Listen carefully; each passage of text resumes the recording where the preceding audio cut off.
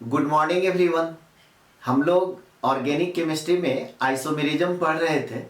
तो आइसोमेरिज्म में आपको बता चुके हैं कि आइसोमेरिज्म कहते किसको हैं। फिर आपको बताए थे कि आइसोमेरिज्म दो तरह का होता है, एक को बोलते हैं स्ट्रक्चरल आइसोमेरिज्म और दूसरे को बोलते हैं स्टीरियो आइसोमेरिज्म। स्ट्रक्चरल आइसोमेरिज्म में आपको बताए थे कि 6 तरह का होता है। सबसे फर्स्ट में चेन आइसोमेरिज्म, दूसरा में आपको बताए थे पोजिशनल आइसोमेरिज्म, तीसरा जो होता है रिंग चेन आइसोमेरिज्म, चौथा होता है मेटामर्स, पांचवा है सो फंक्शनल आइसोमेरिज्म और छठा होता है टॉटोमेरिज्म। फिर आपको बताए थे कि स्ट्रक्चरल आइसोमेरिज्म दो तरह का होता है, एक को हम लोग बोलते हैं कन्फ्यूरेशनल आइसोमेरिज्म और दूसरे को बोलते हैं कन्फॉर्मेशनल आइसोमेरिज्म। कन्फ्यूरेशनल आइसोमेरिज्म का क्लासिफिकेशन फिर हम लोग दो तरह से किए थे, एक को बोलते हैं ज्योमेट्रिकल आइसोमेरिज्म और दूसरे को बोलते हैं ऑप्टिकल आइसोमेरिज्म। तो ज्योमेट्रिकल आइसोमेरिज्म हम लोग पढ़ रहे थे कि ज्योमेट्रिकल आइसोमेरिज्म होने के लिए क्या कंडीशंस चाहिए और ज्योमेट्रिकल आइसोमेरिज्म कहाँ कहाँ शो करता है। तो ज्योमेट्रिकल आइसोमेरिज्म में आपको बताए थे कि सबसे पहले अल्कीन में शो करता है, फिर आपको बताए थे ऑक्जाइन में होता है, फिर ज्योमेट्रिकल आइसोमेरिज्म है सो आइमीन में होता है, फिर ज्योमेट्रिकल आइसोमेरिज्म एजो कंपाउंड में होता है, फिर आपका ज्योमेट्रिकल आइसोमेरिज्म साइक्लो अल्कीन में होता है, फिर साइक्लो अल्कीन में होता है और आपको बताए थे कुमुलेटेड पोलिन्स में भी होता है। तो आज हम लोग सीखेंगे कि क्या सारे कुमुलेटेड पोलिन्स जो होते हैं उसमें ज्योमेट्रिकल आइसोमेरिज्म शो करते हैं, और अगर जवाब होता है कि नहीं तो उसके लिए क्या कंडीशंस चाहिए कि अगर कोई भी कुमुलेटेड पोलिन्स दिया हुआ है तो आप कैसे डिसाइड करेंगे कि इसमें ज्योमेट्रिकल आइसोमेरिज्म शो कर रहा है या ज्योमेट्रिकल आइसोमेरिज्म शो नहीं कर रहा है। तो हेडिंग डाल दीजिए ज्योमेट्रिकल आइसोमेरिज्म इन कुमुलेटेड पोलिन्स। देखिए आपको नोमेनक्लेचर में ही बताए थे कि पोलिन्स जो है तीन तरह का होता है, एक को हम लोग बोलते हैं आइसोलेटेड, दूसरे को बोलते हैं कंजुगेटेड और तीसरे को बोलते हैं कुमुलेटेड। ये मेरे ख्याल से सभी लोगों को याद होगा। कैसे डिसाइड करते हैं कि किसको हम लोग कंजुगेटेड कहेंगे, किसको आइसोलेटेड कहेंगे और किसको कुमुलेटेड कहेंगे। तो वहां पे पोलिन्स देखिए नाम ही बता रहे हैं, ध्यान से समझिएगा। नाम यहां पे हम बोल रहे हैं पोलिन्स। पोलिन्स का मतलब क्या हुआ, ई तो ई का मतलब कार्बन कार्बन डबल बॉन्ड होगा और पोली का मतलब क्या हो गया, मेनी, यानी कि जहां पर दो या दो से ज्यादा कार्बन कार्बन डबल बॉन्ड होगा उसको पोलिन्स कहेंगे। तो उसमें हम आपको बताए थे कि पोलिन्स है सो तीन तरह का होता है। सबसे पहला में बताए थे आइसोलेटेड। आइसोलेटेड पोलिन्स किसको कहेंगे, तो कार्बन कार्बन डबल बॉन्ड को अगर एक या एक से ज्यादा CH2 यूनिट सेपरेट करता हो यानी कि अलग करता हो तो उसको हम लोग बोलते हैं आइसोलेटेड पोलिन। जैसे इसमें देखिए कार्बन कार्बन डबल बॉन्ड क्या है, दो आ गया तो ये पोलिन्स के कैटेगरी में आ गया। दूसरा यहाँ पे ये दोनों को जो अलग कर रहा है एक CH2 यूनिट, एक से ज्यादा भी हो सकता है, तो इस तरह के पोलिन्स को हम लोग क्या बोलते हैं, आइसोलेटेड। फिर आपको बताए थे कंजुगेटेड। कंजुगेटेड में क्या होता है कि कार्बन कार्बन जो डबल बॉन्ड होता है वो अल्टरनेट होता है, carbon carbon double bond, single bond, फिर डबल बॉन्ड। अब यहाँ पे देखिए double bond, single bond, double bond, तो इस तरह का अगर कोई पोलिन्स होता है तो इसको हम लोग बोलते हैं कंजुगेटेड। लेकिन अगर कार्बन कार्बन डबल बॉन्ड लगातार हो, कार्बन कार्बन डबल बॉन्ड लगातार हो, तो इस तरह के पोलिन्स को हम लोग बोलते हैं कुमुलेटेड पोलिन्स। तो ये तो आपको फिर से हम याद दिला दिए कि पोलिन्स है सो तीन तरह का, कौन कौन, आइसोलेटेड, कंजुगेटेड और कुमुलेटेड। तो यहाँ पे हम लोग बात कर रहे हैं कि कुमुलेटेड जो पोलिन्स होता है उसमें ज्योमेट्रिकल आइसोमेरिज्म शो करता है। अब यहाँ पे कुमुलेटेड जो पोलिन्स होगा इसी को हम लोग कुमुलिन्स के नाम से भी जानते हैं। तो ये दो तरह का होगा, कार्बन कार्बन जो डबल बॉन्ड है वो हम क्या बोले, लगातार होना चाहिए। तो लगातार जो है इवन टाइम्स भी हो सकता है, ऑड टाइम्स भी हो सकता है। तो यहाँ पे वही लिख रहे हैं कि even number of pi bonds और odd number of pi bonds. ध्यान से समझिएगा, अगर ये सब सारा केमिकल बॉन्ड में आपको डिस्कस किया गया है कि अगर कार्बन कार्बन डबल बॉन्ड लगातार है और इवन टाइम्स है तो वह मोलेक्यूल है सो आपका नॉन प्लानर होता है, ठीक है। और जब मोलेक्यूल आपका, और यहाँ पे कार्बन कार्बन डबल बॉन्ड लगातार है और ऑड टाइम्स है तो वो मोलिक्यूल आपका प्लानर हो जाता है। समझ में आ रही बात। फिर अगर ये मोलिक्यूल नॉन प्लानर है यानी कि इवेंट टाइम्स है तो ये ज्योमेट्रिकल आइसोमेरिज्म शो नहीं करेगा, ये ज्योमेट्रिकल आइसोमेरिज्म शो नहीं करेगा, बट ये मोलिक्यूल है सो ज्योमेट्रिकल आइसोमेरिज्म शो करेगा। ठीक उसी तरह से अगर आपका event times carbon carbon double bond है तो ये ऑप्टिकल आइसोमेरिज्म शो करेगा, जबकि ये है सो ऑप्टिकल आइसोमेरिज्म शो नहीं करेगा। तो जब हम लोग ऑप्टिकल आइसोमेरिज्म पढ़ेंगे तो वहां पर ये पॉइंट हम लोग डिस्कस कर लेंगे। अब यहाँ पे आते हैं सबसे पहला कि ये मोलिक्यूल नॉन प्लानर क्यों हुआ और ये मोलिक्यूल प्लानर क्यों हुआ, और अगर ये मोलिक्यूल नॉन प्लानर है तो ज्योमेट्रिकल आइसोमेरिज्म शो क्यों नहीं करेगा, और अगर ये मोलिक्यूल प्लानर होता है तो ये ज्योमेट्रिकल आइसोमेरिज्म शो क्यों करेगा। तो यहाँ पर एक एग्जांपल हम लोग दे ले रहे हैं। ठीक है, यहाँ पे क्या हुआ, ये कार्बन कार्बन डबल बॉन्ड है, ठीक है, और लगातार है और इवेंट टाइम्स है, यानी कि कार्बन कार्बन डबल बॉन्ड लगातार है तो इसको हम लोग क्या बोलेंगे, कुमुलेटेड पोलिन्स। और इसमें कितना टाइम्स है, 2 टाइम्स है, तो event number of pi bonds हो गया, तो ये मोलिक्यूल है सो नॉन प्लानर है। अच्छा, अब हम यहाँ पे क्या कर रहे हैं, इसका पोजीशन को है सो चेंज कर दिए, एन को यहाँ कर दिए, एम को यहाँ कर दिए। ज्योमेट्रिकल आइसोमेरिज्म में आपको हम बताए थे कि ज्योमेट्रिकल आइसोमेरिज्म जब शो करता है तो आपका एटम या ग्रुप, सेम एटम या ग्रुप का डिस्टेंस है सो डिफर करना चाहिए। ठीक है, अब यहां पर देखिए, और एक और कंडीशन आपको अल्कीन में बताए थे कि ए और बी जो है कभी भी सेम नहीं होना चाहिए, यानी कि ज्योमेट्रिकल आइसोमेरिज्म के लिए कंडीशन क्या है कि A not equal to B और M not equal to N. तो यहाँ पे लिख लीजिएगा कि here A not equal to B और M not equal to N. तो ठीक है, यहां तक तो ये समझ में आ गया। इसको अगर फर्स्ट कहें और इसको सेकेंड कहें और आपसे पूछा जाए कि क्या ये ज्योमेट्रिकल आइसोमेरिज्म शो करेगा कि नहीं करेगा, तब यहाँ पे जवाब होगा नहीं करेगा। अब रीजन हम लोग को ये ढूंढना है कि ये ज्योमेट्रिकल आइसोमेरिज्म क्यों नहीं शो करेगा, क्योंकि अगर हम यहाँ पे पूछें कि ए और एम के बीच का डिस्टेंस को हम मान लेते हैं d1 और यहाँ पर ए और एम के बीच के डिस्टेंस को मान लेते हैं d2, तो d1 इक्वल टू d2 है या d1 not equal to d2 है। तो यहाँ पे देखने में तो लग रहा है कि d1 not equal to d2 है, लेकिन एग्जैक्टली ये d1 इक्वल टू d2 होता है।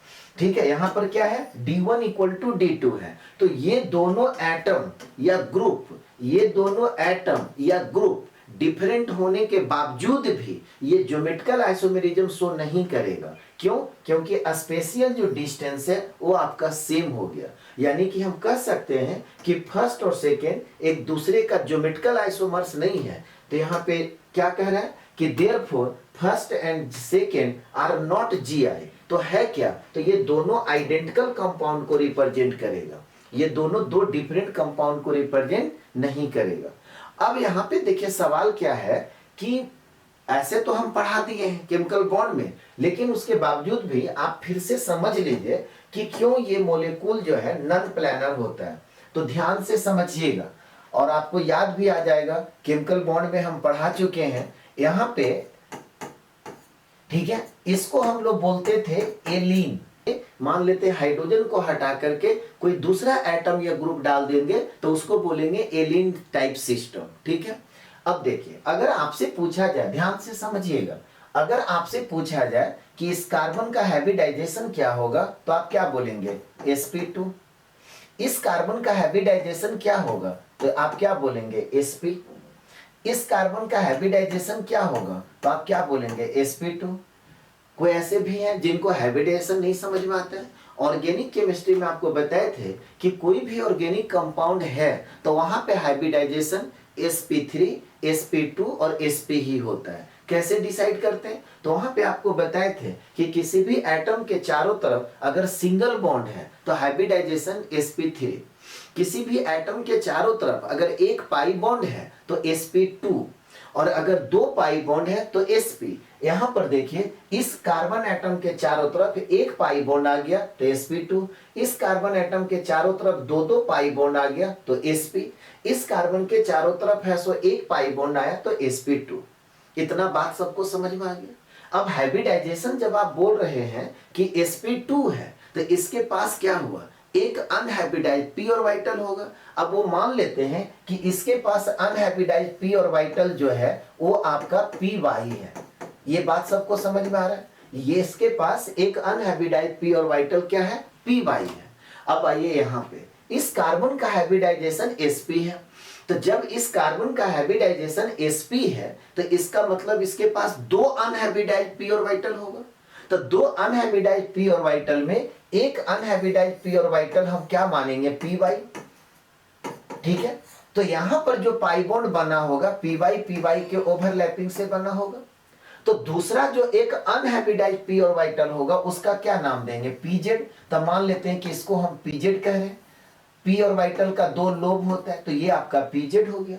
फिर देखिए यहां पर जो ये कार्बन है, इस कार्बन का हाइब्रिडाइजेशन sp2 है। इसका मतलब क्या हुआ कि इसके पास भी एक अनहाइब्रिडाइज्ड p ऑर्बिटल है। अब उसका नाम हम क्या बताएंगे? pz। क्यों?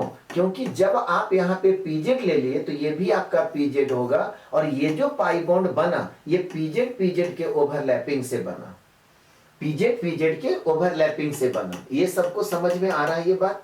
तो अब ध्यान से समझिए, हाइब्रिडाइजेशन का अगर कंसेप्ट क्लियर है तो वहां पे आपको केमिकल बॉन्ड में डिटेल में हम आपको डिस्कस कर चुके हैं कि जब ये कार्बन sp2 है, sp2 का मतलब होता है 3 sp2 हाइब्रिड ऑर्बिटल्स।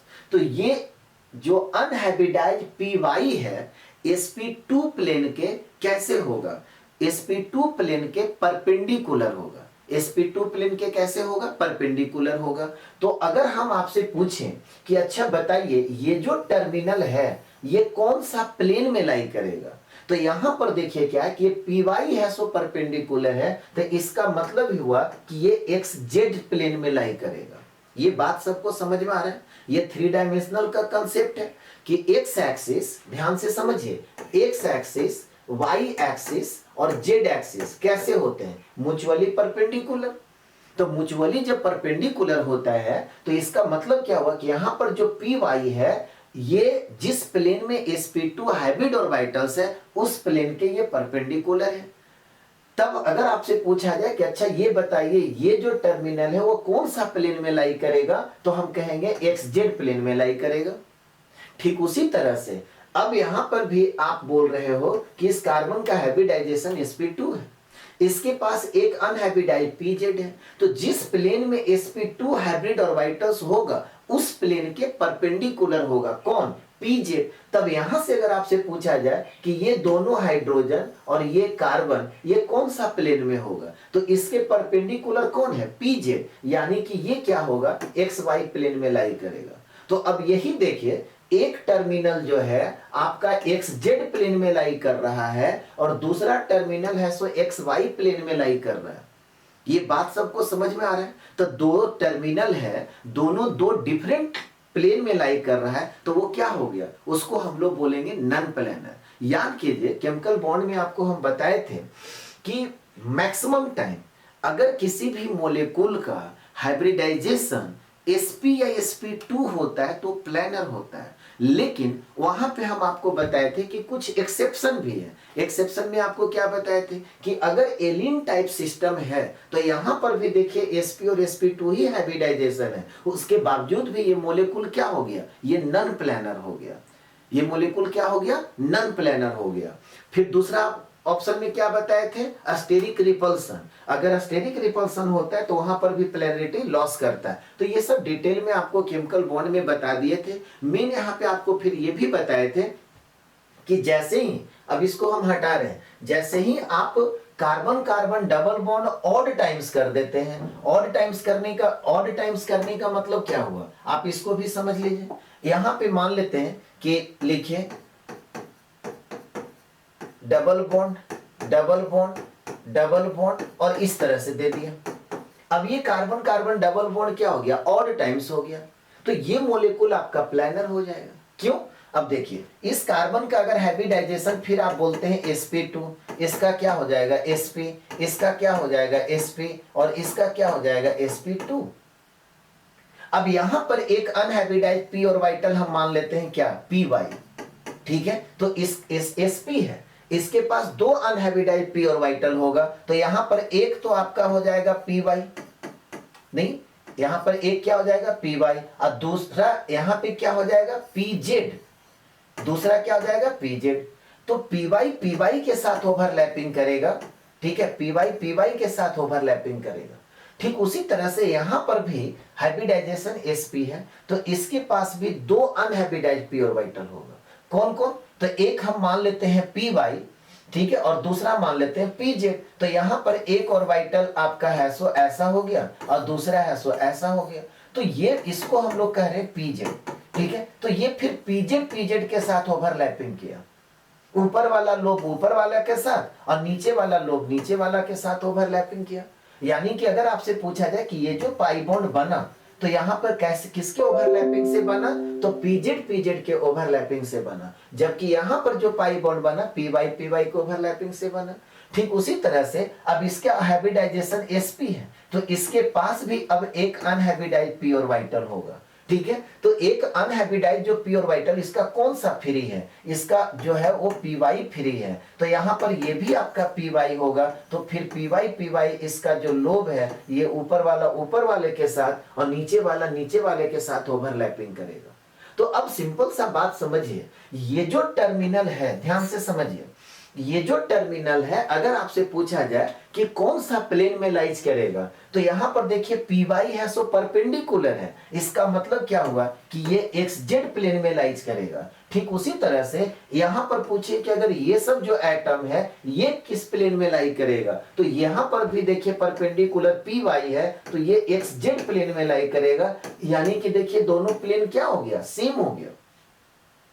तो याद रखने के लिए आपको हम क्या बताए थे, याद रखने के लिए बताए थे कि देखिए ये एक्सेप्शन में होता है कि कभी भी अगर पोलिन्स है कुमुलेटेड पोलिन्स और इवन नंबर आपका डबल बॉन्ड है तो वहां पर वो नन प्लानर होगा, वहां पर क्या होगा वो नन प्लानर होगा। लेकिन अगर कुमुलेटेड पोलिन्स है और odd times carbon carbon double bond है तो वो क्या होगा वो प्लानर हो जाता है। जैसे आपको हम बता रहे थे डिस्टेंस कि डिस्टेंस क्यों सेम हुआ, तो आप इसको ऐसे समझिए, ये जो है ना ध्यान से समझिए,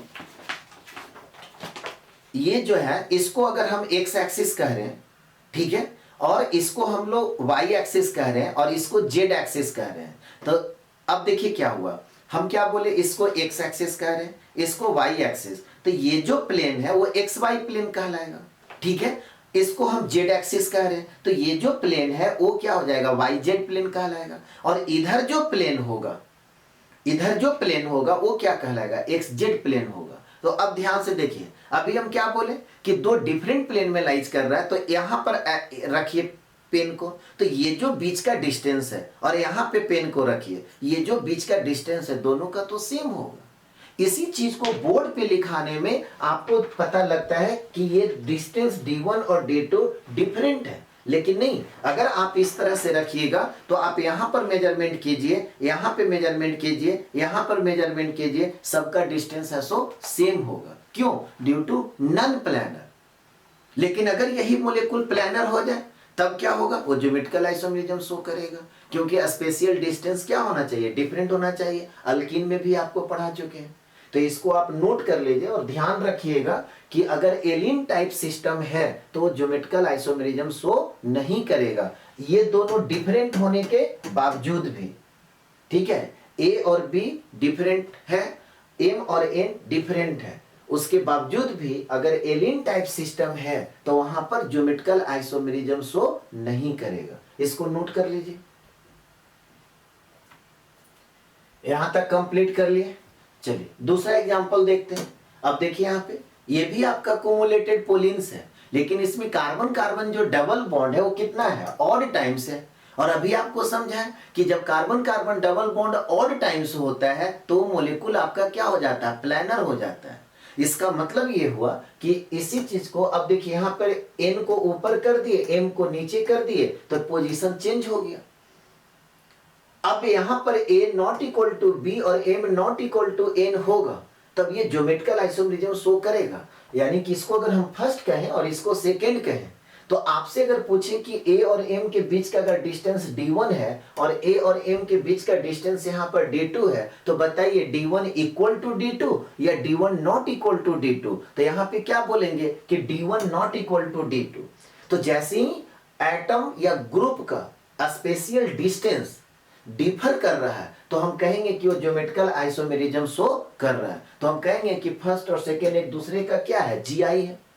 फर्स्ट और सेकेंड एक दूसरे का क्या है, जीआई है। यानी कि जो कुमुलेटेड पोलिन्स में ध्यान रखिएगा, दो चीज आपको देखना है।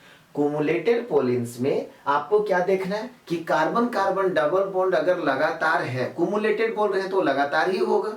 तो अगर कुमुलेटेड पोलिन्स में आपको क्या देखना है कि कार्बन कार्बन जो डबल बॉन्ड है वो ऑड टाइम्स होना चाहिए।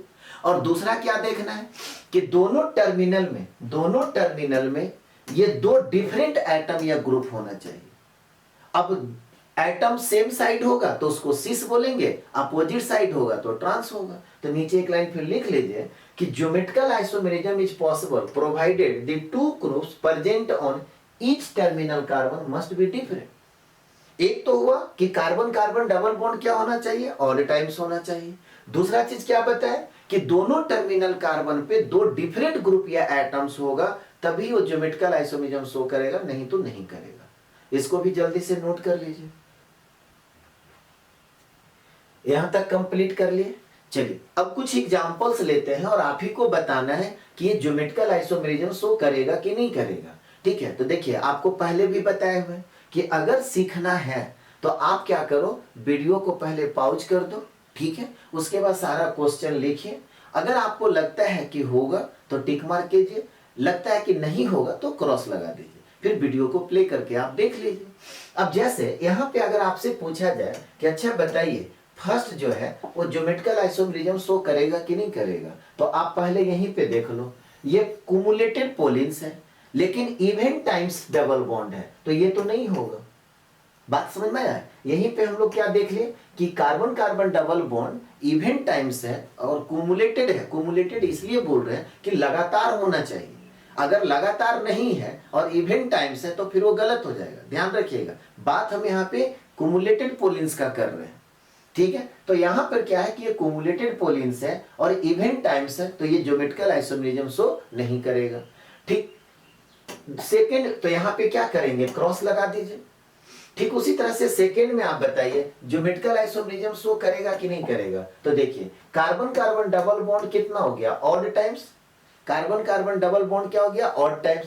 अब देखिए दोनों टर्मिनल पे दो डिफरेंट ग्रुप या एटम है या नहीं। तो यहां पे हम लोग क्या देख रहे हैं कि क्लोरीन और ब्रोमीन दो डिफरेंट ग्रुप या एटम है, बट यहां पर देखिए दोनों आइडेंटिकल हो गया।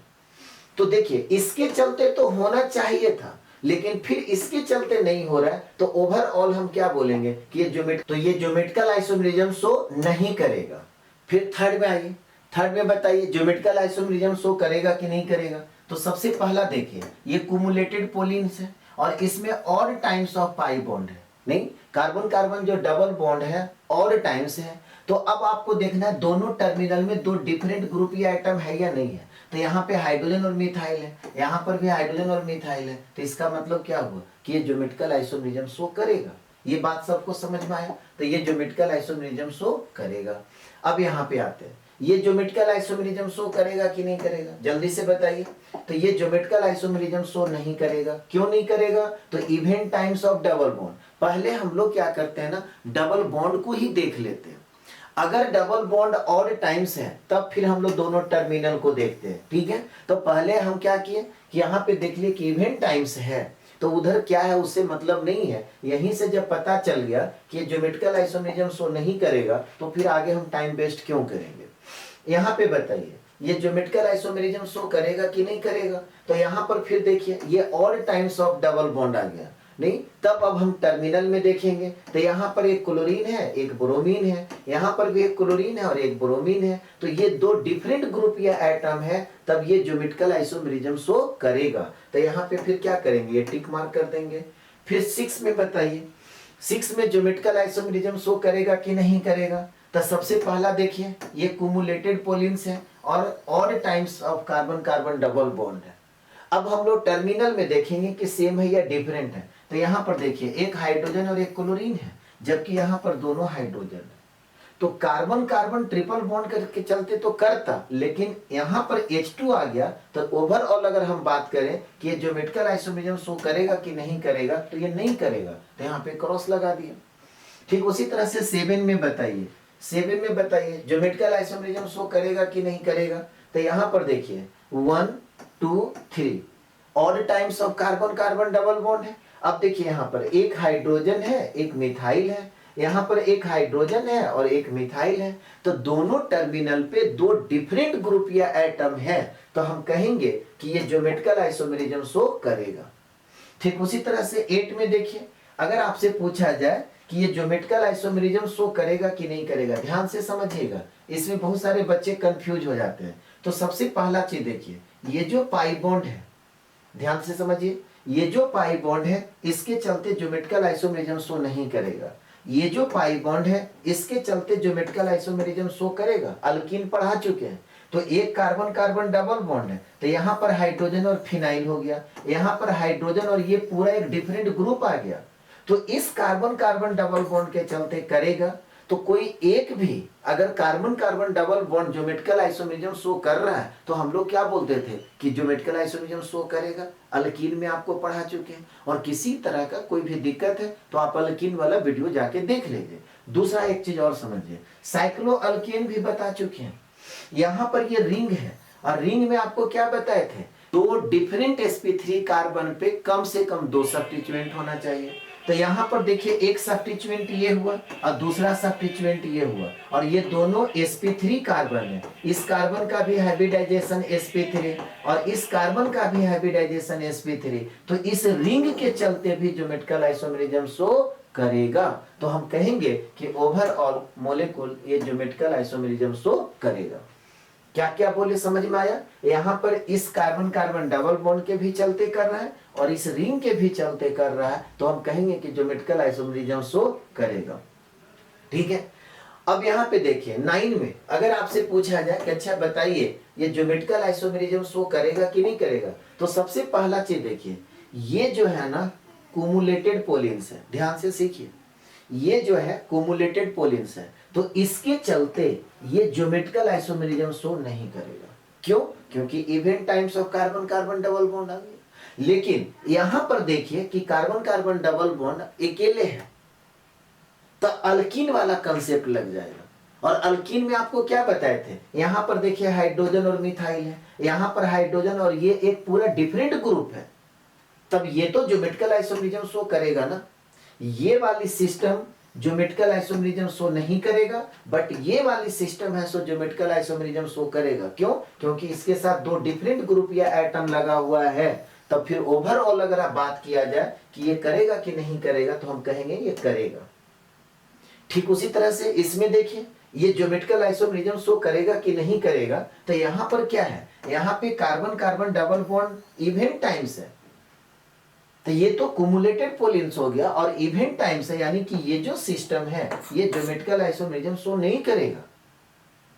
ठीक है, तो इसको हम कहेंगे कि ये ज्योमेट्रिकल आइसोमेरिज्म शो नहीं करेगा। बोलिए कोई दिक्कत?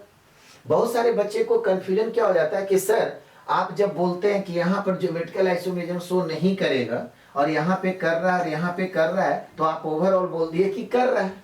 तो यहाँ पर भी तो ये कार्बन कार्बन ऑड टाइम्स हो गया, तो आपको बोलना चाहिए कि करेगा। भाई जब कार्बन कार्बन ऑड टाइम्स हुआ तो उसके लिए फिर एक और कंडीशन है कि ये दोनों भी डिफरेंट होना चाहिए, सिर्फ यही नहीं देखते।